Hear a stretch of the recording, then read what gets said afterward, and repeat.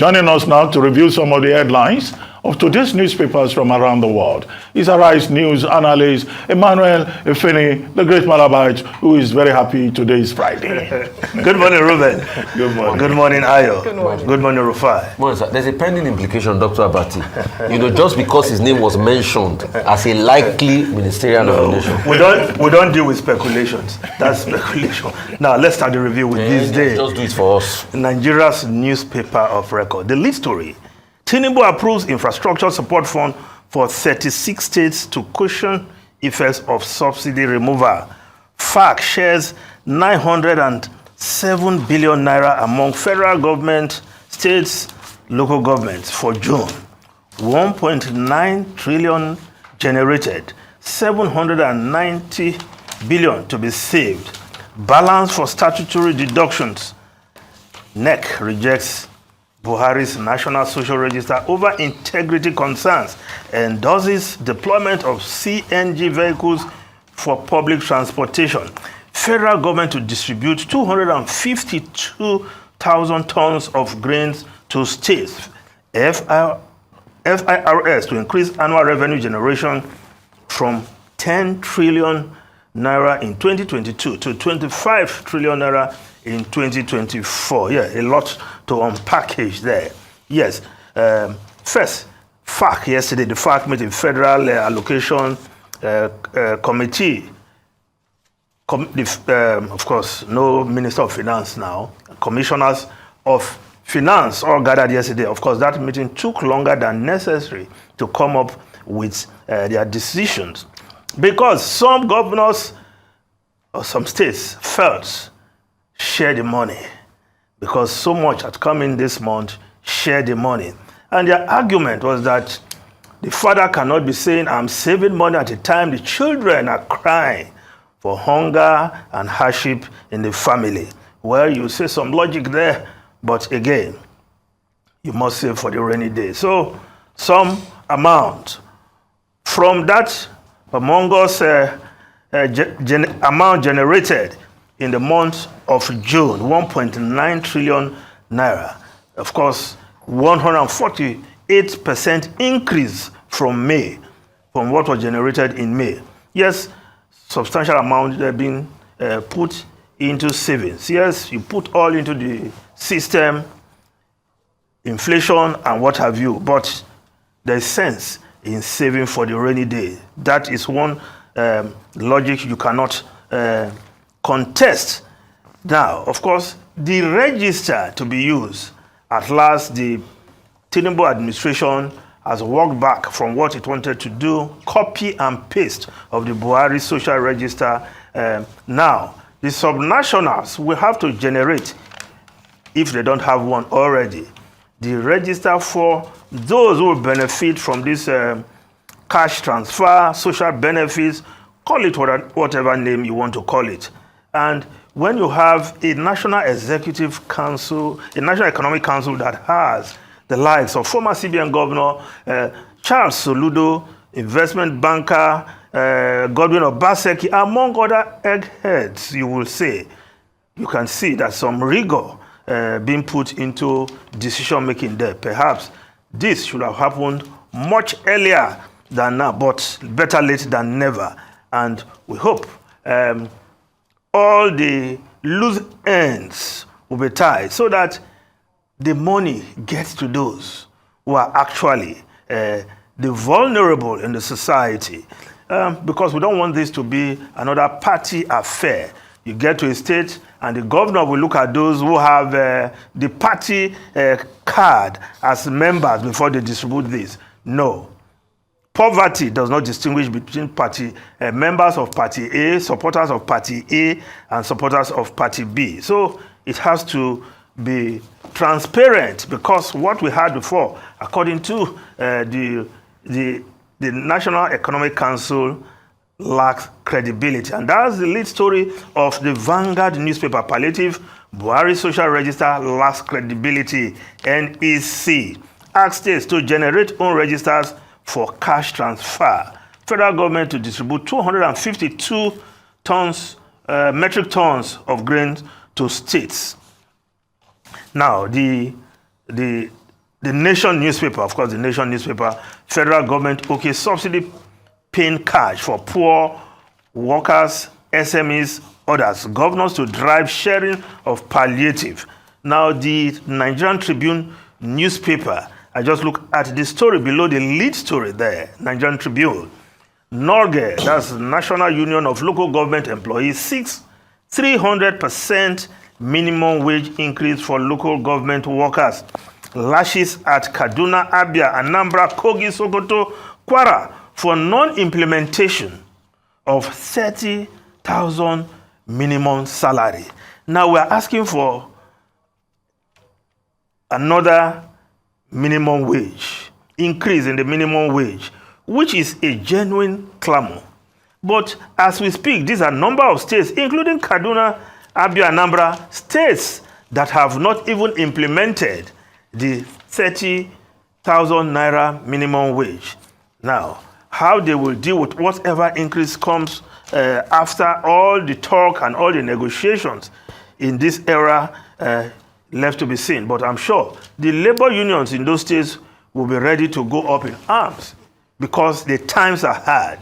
If there's a new minimum wage, labor must insist that there is a universal implementation across board in the country. Now, the Punch newspaper, the lead story there, of course, cash plan, government plan cash transfers to poor households, dumps Buhari's list.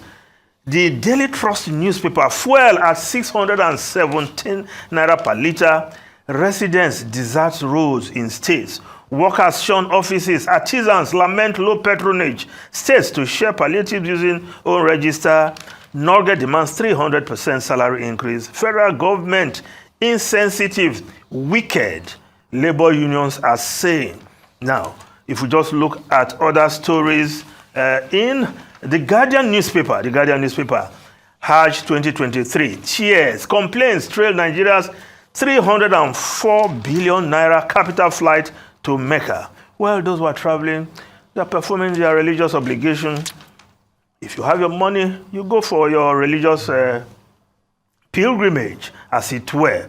But I'm sure what many are complaining about is the idea of government sponsoring religious pilgrimage, whether it's Christian pilgrimage to Israel or Hajj to Mecca. Government should leave religion, those who have the money, to do what they have to do. Because when government even sponsor, it is not poor people who get the benefit of that sponsorship. There are government officials who bring in their lackeys, their cronies, their relatives to perform these religious obligations. Now, the New Telegraph newspaper, I look at the story below the photograph, New Telegraph. Insecurity, military activates war mode nationwide, vows to crush terrorists, other criminal elements. Zamfara needs federal government intervention. Security agencies know those behind unknown gunmen. IPOB is alleging. Clark, Adebanjo, Pogo, others identify causes of lingering insecurity. Well, beyond what actions the military is putting in place, yes, optics, making the front pages, but we want to see the impact of their actions right there on the ground. These terrorist bandits being crushed and arrested, as it were. Now, let's look at the Daily Sun newspaper. APC chair, opposition mounts over consideration of Ganduje. Party's vice chair, Northwest, described it as suicidal, insensitive. North Central stakeholders vow to stop former Kano governor. Amebute joins race. Yes, because the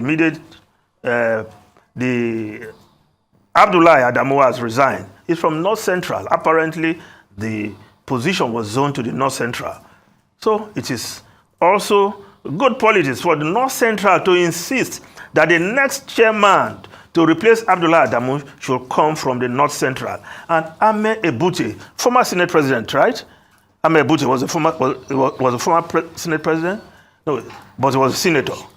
I can't remember now. But a top politician from the Middle Belt is also angling to be the next chairman of the APC, the ruling party. But, of course, the consideration of Abdullahi Ganduje, former Kano State governor, of course, there are objections as the Northwest describing it as suicidal and insensitive. Now, the foreign newspapers, quickly, the Guardian newspaper, taxpayer to fund 45% pay rise for royals despite cost of living crisis. Yes, King Charles III is to receive huge pay rise from the UK taxpayers, according to government plans to boost public funding of the monarchy by 45% from 2025. Of course, the Treasury has just given the details of the sovereign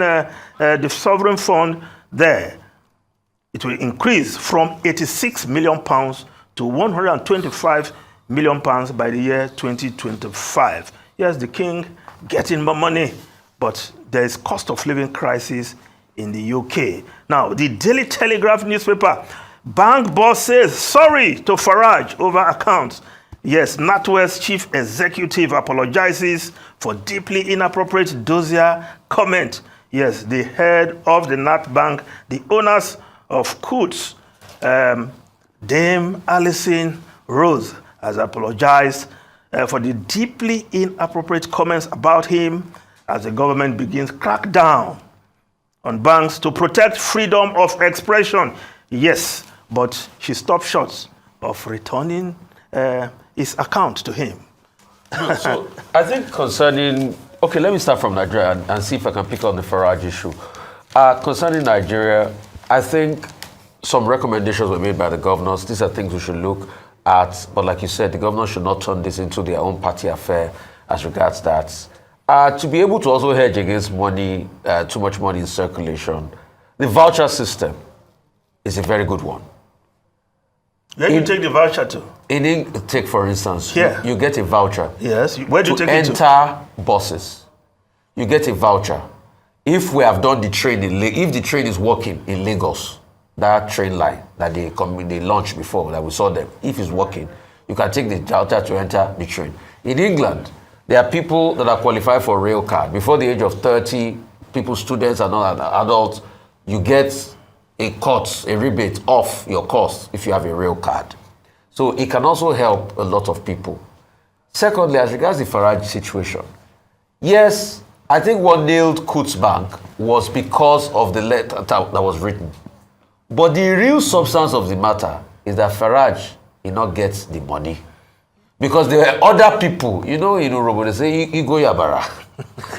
You want to talk to Urobo? Okay, I brought up in Alaja. Yes, it was brought up in Alaja. So let me rest the case there. So it's really the money issue.